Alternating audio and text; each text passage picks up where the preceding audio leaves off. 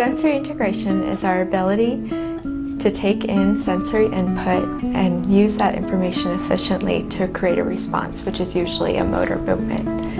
When we think about sensory integration, there are two main concepts that OTs look at, and that's a child's sensory modulation and a child's sensory motor function. So sensory modulation refers to the response to sensory input and the ability to filter sensory informations so that you're focusing on what's relevant and important at that time. So an example of sensory modulation would be being in a room where the air conditioning is on, and when you first walk in you might hear the fan, but then it slowly fades into the background, where a child that over-responds to auditory input might constantly hear that fan as a loud noise, and they're never able to filter it and put it into the background.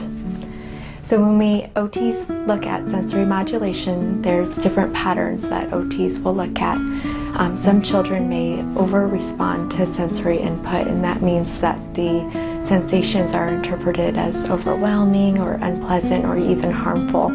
So some behaviors that a parent might see at home are children that or kids that don't like the tags in the back of their shirts, or they don't like to get their hands messy or play in sand or do art projects that include paint or glue.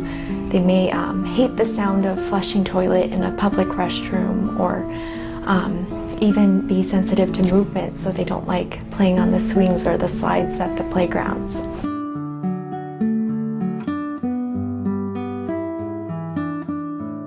When a child under-responds to sensory input, they need more sensory input to produce an appropriate response.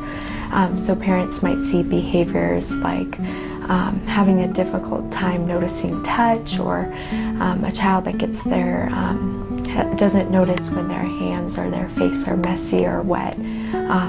These are also the kids at the playground that can spin and never seem to get dizzy, or they never seem to be afraid of heights. And then the third pattern that we see with sensory modulation is a child that constantly seeks sensory input. So they're constantly trying to stimulate their nervous system.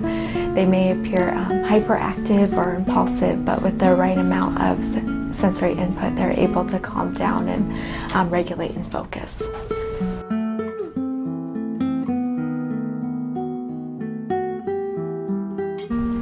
So occupational therapists work with children to help them make gains in their motor skills so that they can participate in their everyday life at home, at school, or on the playground. They help improve the child's strength and coordination and timing of movement so that they can move and do and play more easily throughout their day.